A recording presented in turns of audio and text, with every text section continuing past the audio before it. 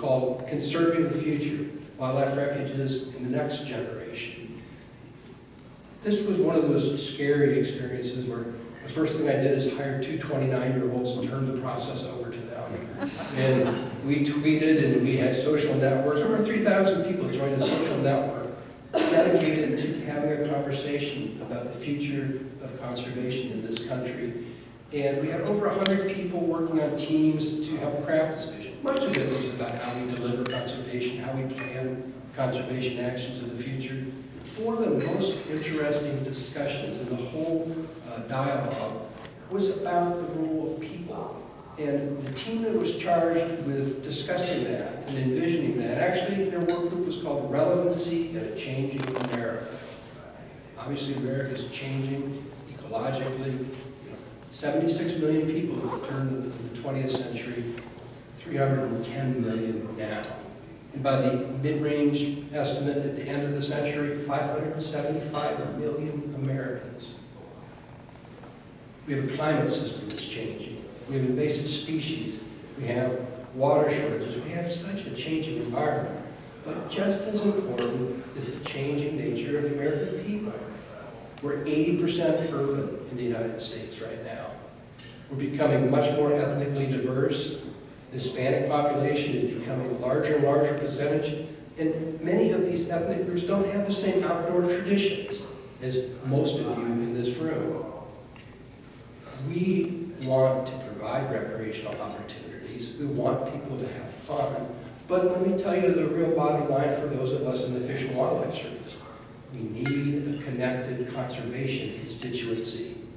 We need people who care passionately about America's natural resources, about the fish and the wildlife in the landscapes of this country. And if they don't know who we are, if they simply don't care, what we do is going to go away. Look at the competition for financial resources in this country. The crazy debate our Congress can't seem to get their arms around about spending in this country. The refuge system this year and last has lost $18 million from its budget. Now that may not seem like a whole lot out of a $500 million total, but that's a couple hundred people who aren't going to be on the ground this year. You know, those are visitor opportunities that are lost. Those are kids who aren't going to have the chance to talk to a ranger who can tell them where to go see that moose. So, what are we going to do?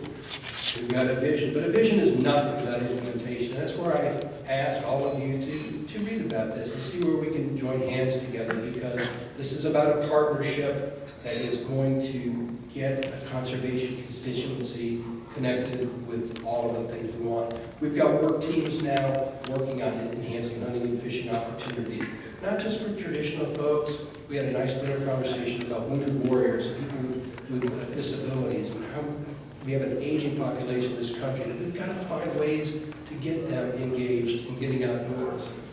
We call for in this document a new urban wildlife refuge initiative.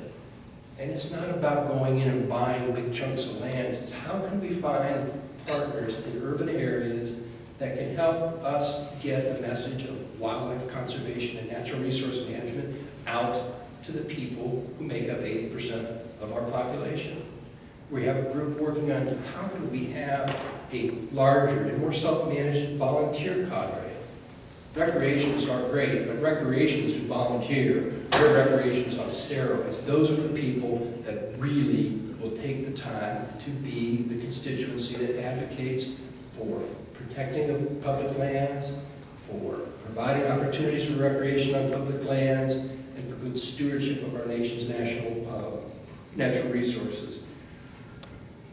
I think I'm going to close now with just one last admonition. And a great deal of our discussion in this document is in that subtitle, Wildlife Refuges and the Next Generation. So much of what we want to do, the opportunities we afford people on wildlife refuges, is about building the next generation of conservation leaders. There's nothing more important for us to do than to get our young folks engaged in the stewardship of their natural resources. We can teach people what it means to truly be American by teaching them the natural history of their country. And I ask all of you out there to join us. Maybe it's just not wildlife refuges, but it is all of our task to get that next generation of conservation leaders together. And we'll do that through our partnership, and we'll do that by connecting these young kids with nature. So thank you so much for letting me be here with you tonight. Good luck to all of you. God bless you. Thank you.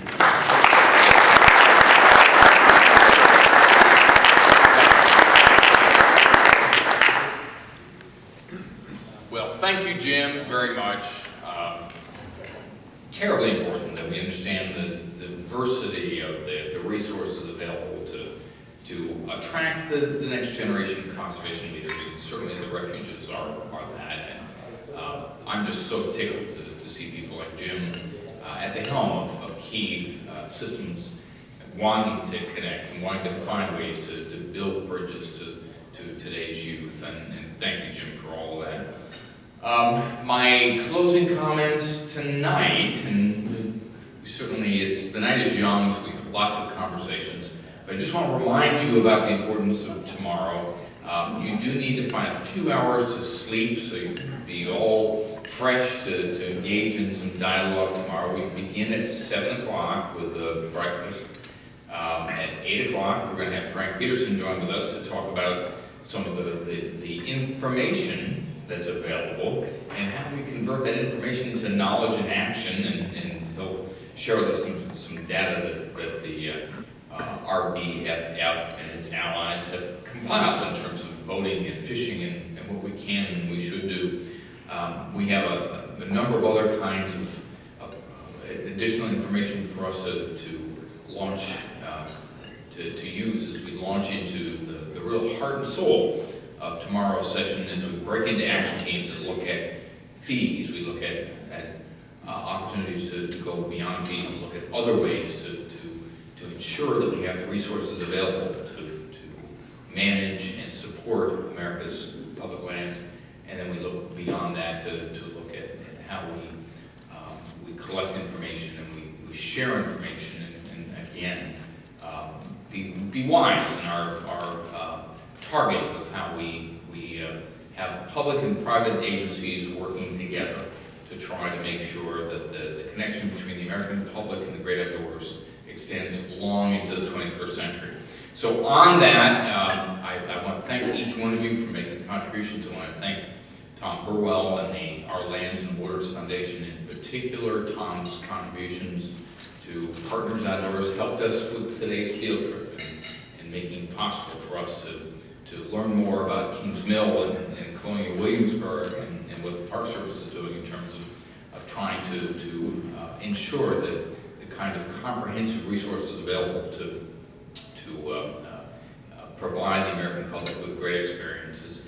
And so with that, I'll check in. Kathy, is there anything else that we need to announce before telling people to have a great evening? Again, we'll be downstairs in the same location that we met for the general session today. Anything else to share? Are you going to have any kind of special session with action team facilitators at all?